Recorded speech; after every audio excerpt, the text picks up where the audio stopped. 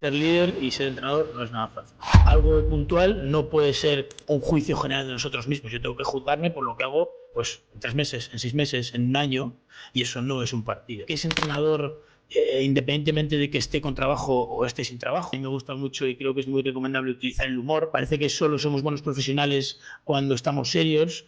Creo que un buen profesional es alguien que, al revés, ¿no? Que sabe cuando tiene que utilizar el sentido del humor en su beneficio, tiene que pensar un poco por qué cosas se va a juzgar él mismo, y eso no puede ser lo que está fuera de su control, y desgraciadamente pues las victorias y las derrotas un poco están fuera de nuestro control.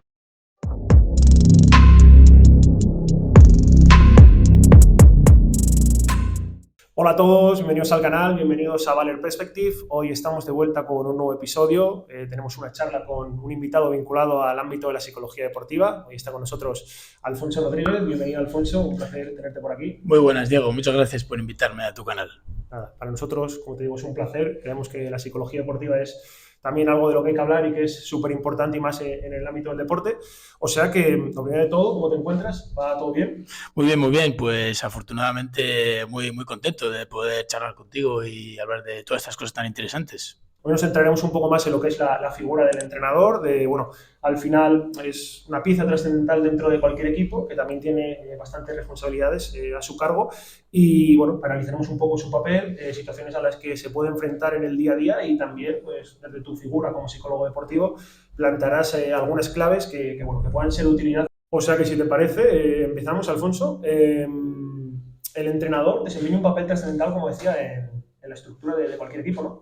Pues sí, efectivamente, el entrenador pues es la cara visible de todos los equipos, el portavoz, es el que más se juega, ¿no? Es un poco también el eslabón más débil, porque cuando las cosas pues no van bien son los primeros de los que prescinden, entonces bueno, pues tiene pues muchas cosas encima, ¿no? Tiene que trabajar con superiores, con jefes, con directivos, con director deportivo, tiene que trabajar con gente por debajo, con su plantilla, con sus jugadores, con muchísimos jugadores que tiene alrededor, con su cuerpo técnico, con gente un poco más a su cargo, ¿no? Que su equipo, que bueno, puede tener un liderazgo pues horizontal, vertical, de muchos tipos, y luego pues, bueno, pues con todo lo que rodea al club, ¿no? Ya más externo, pues medios de comunicación, afición, luego ya pues si estamos hablando de equipos más semiprofesionales o amateurs o incluso más de la base, pues padres, ¿no? Que es muy complicado.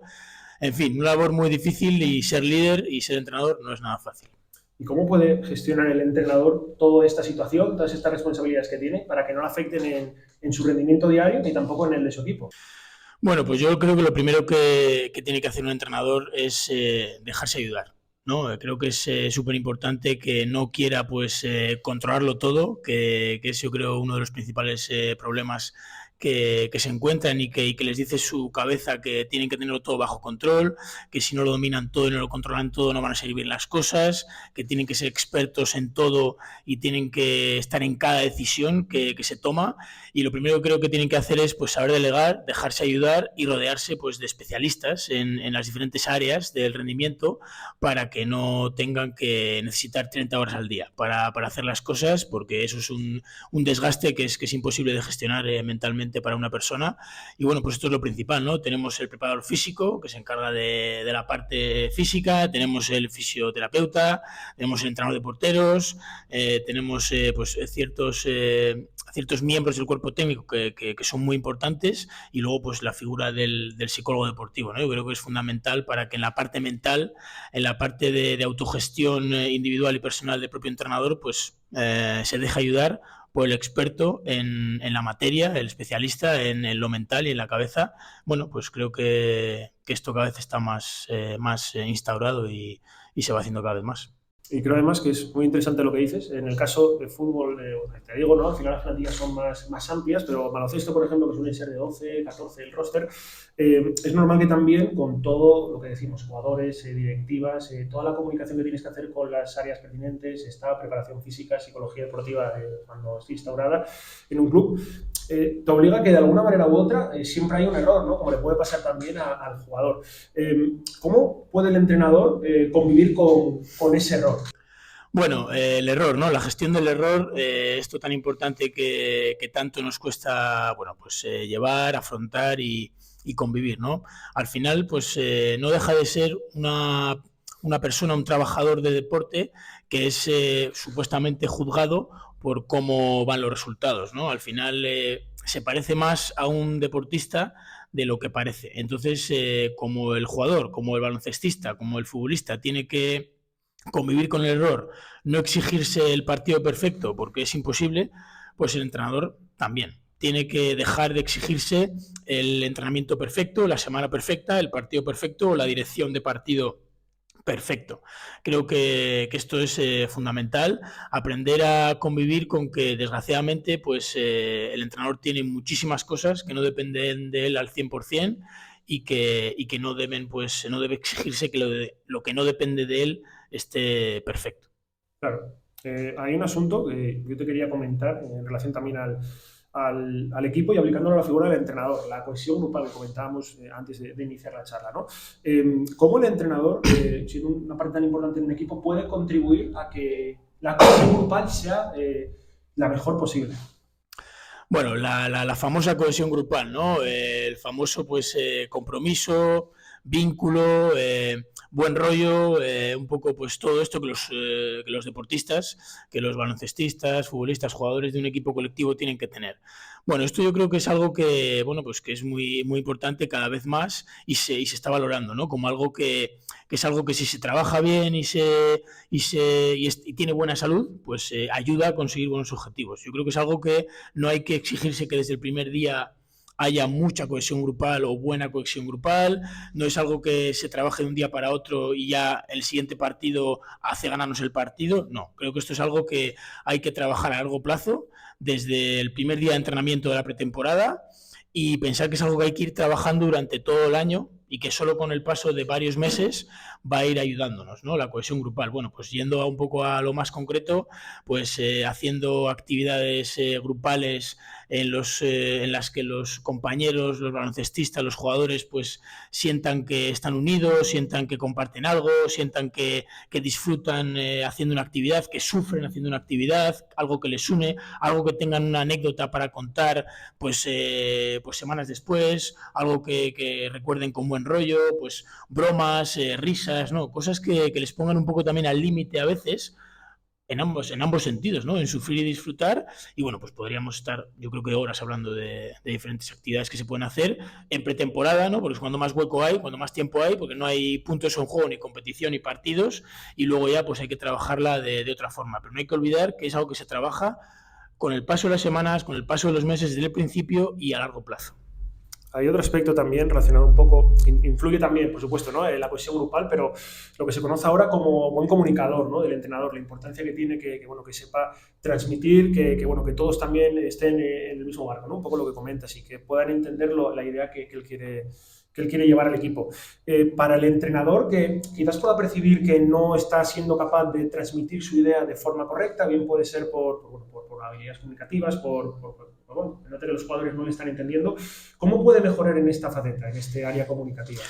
Bueno, sí, es muy importante, ¿no? Porque a veces, pues, no todos nacemos de serie o con una capacidad innata como para, pues eso, transmitir, comunicar bien, seamos capaces de que lo que pasa por nuestra cabeza lo entiendan o lo acepten los demás lo mejor posible. Entonces, esto lo primero que hay que entender es que se entrena. Yo creo que es algo que hay que entender, que se puede mejorar con el paso del tiempo, que se entrena. Es decir, si yo me rodeo de las personas adecuadas, de los profesionales adecuados, de los especialistas adecuados y me dejo ayudar y acepto y reconozco que es algo que puedo mejorar y que es algo que me va a ayudar si lo mejoro, pues es el primer paso, ¿no? Dejarse ayudar. Y bueno, pues para eso estamos los psicólogos deportivos, ¿no? Para mejorar un poco la comunicación y el ayudar a que ese mensaje se transmita mejor.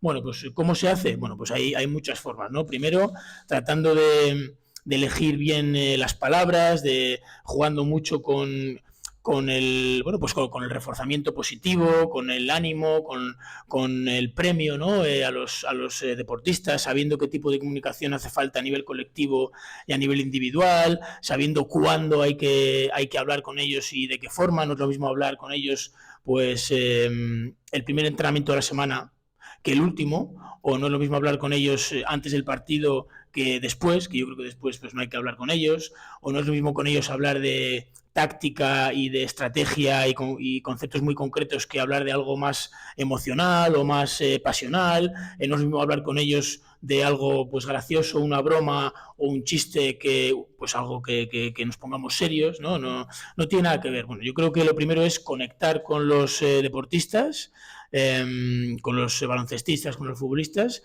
bajar un poco a su mundo a veces y hablar el lenguaje que hablan ellos, que no es fácil, porque a veces los entrenadores se distancian ellos mismos solamente ya hablando un idioma diferente. Utilizar las palabras que hablan ellos, bueno, pues contando anécdotas. A mí me gusta mucho y creo que es muy recomendable utilizar el humor, decir cosas graciosas. Parece que solo somos buenos profesionales cuando estamos serios y que estamos sin sonreír y tomándonos las cosas pues demasiado en serio. Y para mí creo que un buen profesional es alguien que, al revés, ¿no? Que sabe cuando tiene que utilizar el sentido del humor en su beneficio y bueno, pues descarga un poco de tensión y no ponerse tan serio. Bueno, el sentido del humor, entre otras cosas, para mí es también fundamental. Sí, yo creo que también es importante. Y luego, bueno, también lo que comentabas, hay entrenadores que prefieren tener una perspectiva un poco más distanciada, más, digamos, de tener más cercanía. También varía un poco del entrenador, ¿no?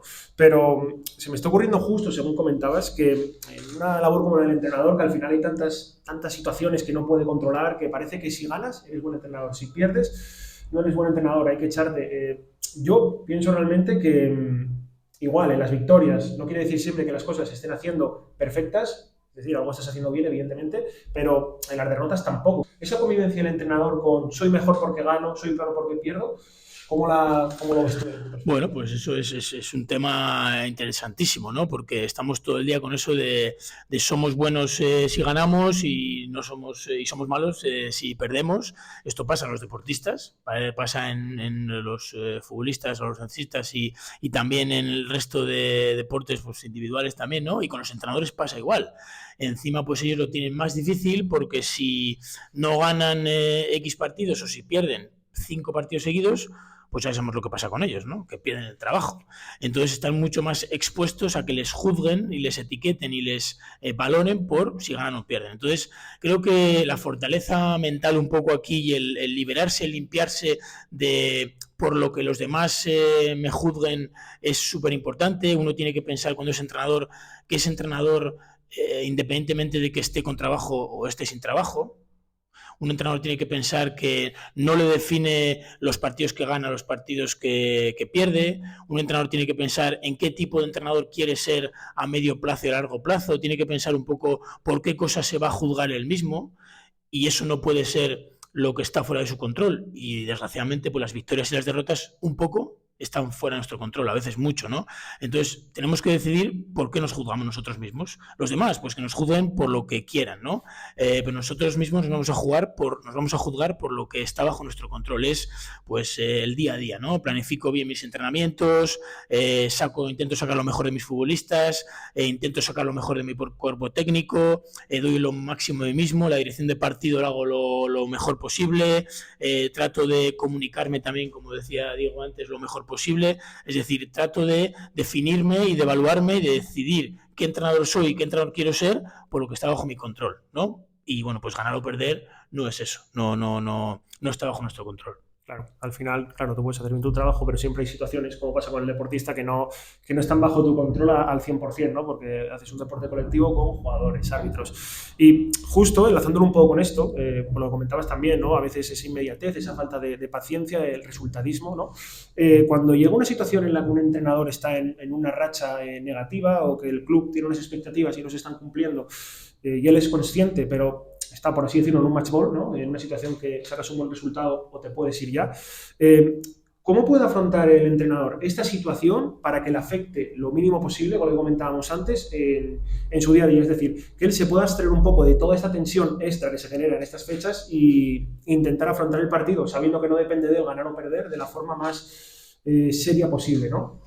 Bueno, sí, es una situación un poco crítica, ¿no? Tensa, complicada, que tienen los entrenadores enfrentarse a un partido, bueno, pues en ambos sentidos, ¿no? En un partido en el que si ganan, pues consiguen algo muy bueno, y si pierden lo dejan de conseguir, o otra situación, si ganan dejan de estar en riesgo de que les pase algo malo, y si lo pierden pues realmente les pasa algo malo, ¿no? Entonces yo creo que en estos escenarios es muy importante pues ser capaz de no juzgarse por hechos puntuales, sino ser capaz de juzgarse por algo más amplio, algo más extenso, ¿no? Algo pues no tanto del día a día, es decir, pues juicios generales. Hay muchos hechos puntuales que nos suceden a todos en el día a día, y un juicio de nosotros mismos tiene que ser por muchos hechos puntuales acumulados con el paso del tiempo. Y un partido, un día, un gol, un resultado, algo puntual, no puede ser un juicio general de nosotros mismos. Yo tengo que juzgarme por lo que hago pues en 3 meses, en 6 meses, en un año, y eso no es un partido. ¿Qué pasa? Que claro, aquí pues pierden el trabajo si no les va bien, o no ganan un título o no ascienden si no les va bien. Pero claro, tenemos que aceptar las reglas del juego, tenemos que aceptar la profesión a la que nos hemos decidido dedicar, y tenemos que aceptar lo que no está bajo nuestro control. ¿Qué pasa? Que al final, pues un entrenador, a lo largo de su carrera, que es una carrera mucho más amplia que la de un jugador, pues van a pasar situaciones de estas muchísimas. No va a tener un match ball en su carrera, va a tener muchísimos, ¿no?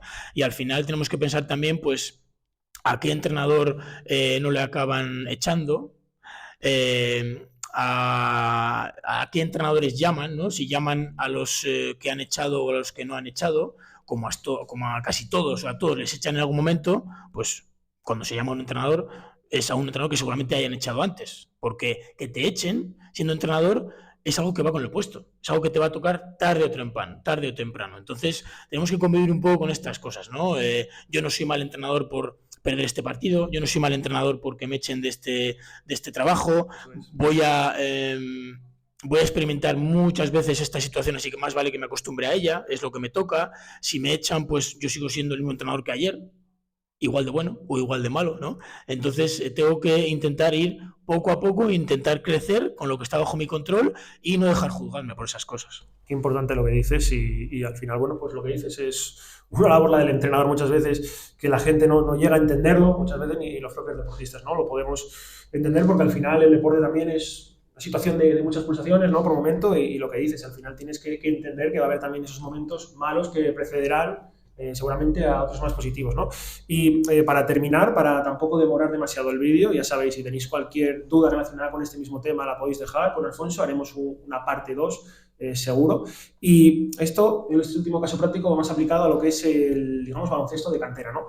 En los entrenadores que llegan en pues esos equipos, puede ser junior, cadete, más pequeños, llegan a un entrenamiento y quieren un poco captar la atención del jugador. ¿Cómo pueden hacer para que los jugadores, las jugadoras noten que él está implicado? Es decir, lo que te comentaba antes, puede llegar pues con bastante antelación para que el jugador vea que le importa, empezar de forma más distendida, de forma más seria. ¿Cómo puede conseguir captar la atención del jugador? Bueno, yo creo que aquí es importante, pues lo primero, diferenciar el rol de un entrenador de deporte senior, ¿no? Que trata pues con chicos o chicas de 18, 19 para arriba, hacia 35 40, del entrenador pues de deporte base, ¿no? Pues de 17, 18, 19 para abajo. Entonces aquí pues hay muchos tramos de edad también, ¿no? Pues los chicos y chicas que ya están en la adolescencia y que están a punto de saltar a categorías importantes, ya los que están pues en la niñez y bueno, pues están un poco más verdes y bueno, son mucho esponjas, pero también digamos que les importa mucho lo que el entrenador o entrenadora piense de ellos, ¿no? Entonces tenemos que pensar lo primero que si somos entrenadores de niños, pues somos un gran referente para los niños y para las niñas, y tenemos que tener muchísimo cuidado de las palabras que utilizamos, porque puede que lo que digamos afecte a lo que ellos piensan de sí mismos, y eso puede que les acompañe, pues, bueno, o toda la vida, muchos años de su vida, ¿no? Entonces, ¿cómo nos comunicamos con ellos?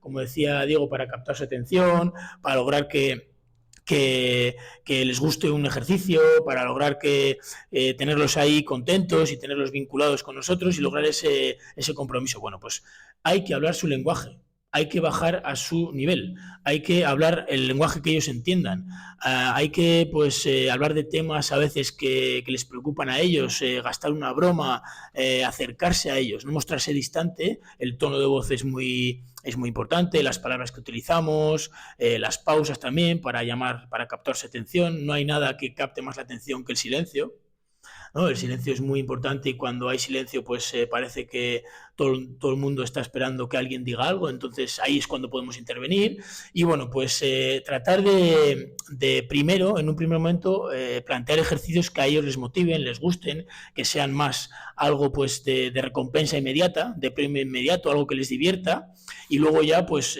sin que se den cuenta pues introducir cosas que a nosotros nos interesan, cuando ya nos los hemos ganado, ¿no? Pues un concepto táctico o algo un poco más técnico, algo que se supone que les aburre más, pero que ya nos los hemos ganado y lo van a captar mejor.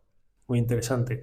Pues esto ha sido todo por este vídeo. Como digo, no quiero tampoco extenderlo porque creo que son temas muy interesantes. Hemos visto unos pocos enfoques al final de situaciones que se encuentran en el día a día del entrenador, que como has visto es una labor muy importante también, que pues, como el jugador incluso más, tiene un montón de responsabilidades y cualquier situación, cualquier duda relacionada con este tema del entrenador lo podéis dejar en comentarios. Haremos una parte 2 seguro y bueno, bienvenidas serán, y con cualquier otro tema relacionado con psicología deportiva pues tenemos aquí la figura de Alfonso o de otros profesionales que puedan pasarse por el canal para abordarlas. O sea que bueno, desde aquí, Alfonso, darte las gracias por este tiempo. Ha sido, como te digo, un placer y ha sido súper formativo y súper entretenido.